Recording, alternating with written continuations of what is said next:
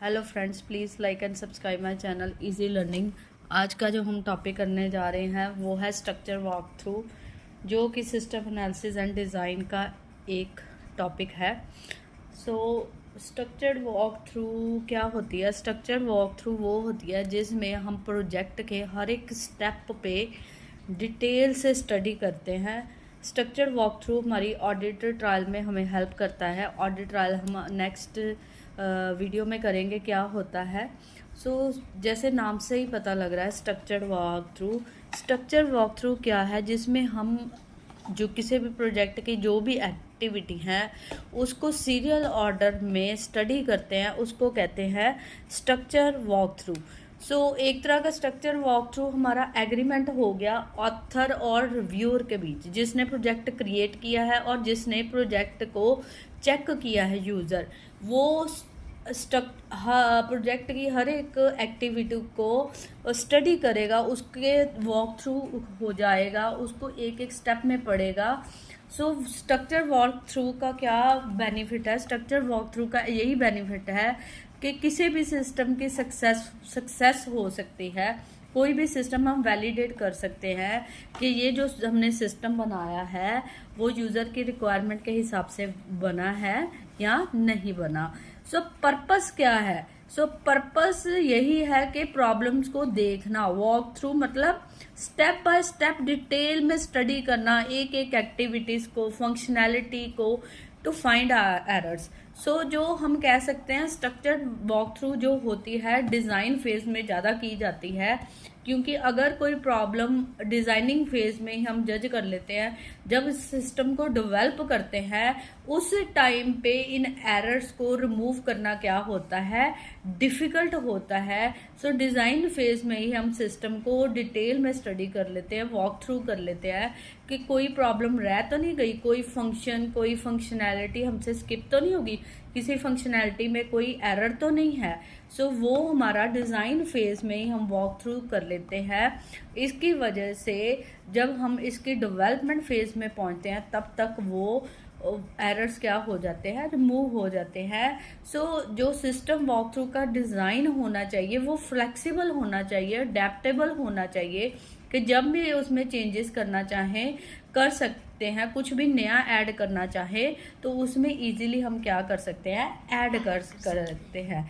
वो हमारी ऑर्गेनाइजेशन की जो रिक्वायरमेंट्स हैं, जो भी हम सिस्टम बनाने जा रहे हैं, सिस्टम वॉक थ्रू में ये भी चेक करते हैं जो भी सिस्टम हम डेवलप करने जा रहे हैं वो यूज़र की रिक्वायरमेंट या ऑर्गेनाइजेशन की रिक्वायरमेंट को फुलफिल कर रहा है या नहीं कर रहा।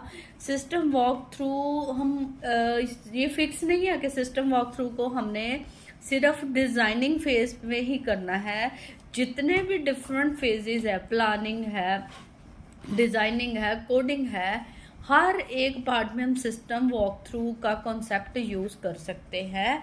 ये हमें हेल्प करेगा अनरिजॉल्व्ड एरर को, जो एरर हिडन है उनको फाइंड करने में।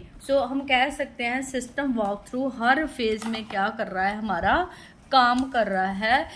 हर फेज में हम सिस्टम वॉक थ्रू को क्या कर सकते हैं, इन्वॉल्व कर सकते हैं।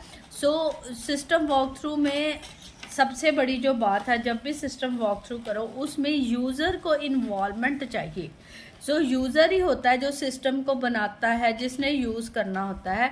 जब भी आप सिस्टम वॉक थ्रू करें उसमें यूज़र की इन्वॉल्वमेंट जरूर रखें, ताकि जो हमारा टाइम है बच जाएगा अगर यूज़र को हम हर फेज में इन्वॉल्व करेंगे। इससे जो हमारे क्या कहते हैं, जो हमारे सिस्टम को एक्सेप्टेंस के चांसेस भी क्या है, बढ़ जाते हैं।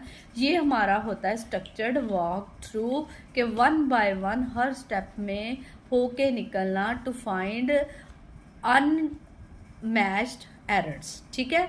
ऑब्जेक्टिव क्या हो गया वॉक थ्रू का? इसको हम वन बाय वन स्टडी कर रहे हैं। हेल्प इन फाइंडिंग एरर अभी बात की है, जो हिडन एरर है उनको हम फाइंड कर सकते हैं डिटेल में स्टडी करके। नेक्स्ट आ जाता है चेक कर रहे हैं स्ट्रक्चर वॉक थ्रू के हेल्प से कि जो हमारा सिस्टम है रिक्वायरमेंट्स को मीट कर रहा है या नहीं कर रहा है। सो प्रोजेक्ट क्या हो जाएगा, मोर मैनेजेबल हो जाएगा। इन्वॉल्वमेंट यूजर की होने से, रिव्यूअर की होने से, जो ऑथर की होने से प्रोजेक्ट क्या हो जाएगा, मोर मैनेजेबल होगा, इजी टू अंडरस्टैंड होगा।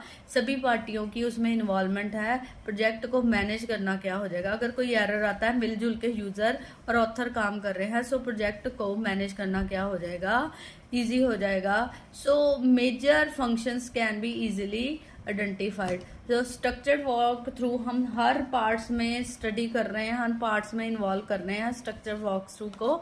सो उसके जो मेजर पार्ट्स हैं, कहाँ पे मेरी प्रोसेस मेजर जो है हमारे मेरे इनपुट आउटपुट में चेंज आ रहा है, उनको आइडेंटिफाई करना क्या हो जाएगा, ईजी हो जाएगा with the help of structured walk through. I hope you like the topic, you understand the topic. Please like and subscribe my channel Easy Learning. So I hope you like the video. ना तो मेरे subscriber बढ़ रहे हैं, 400 subscriber भी नहीं हुए।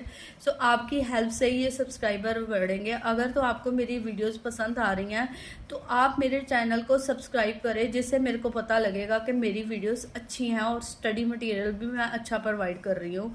Please press the bell icon. Please like and subscribe my channel Easy Learning. Thank you very much.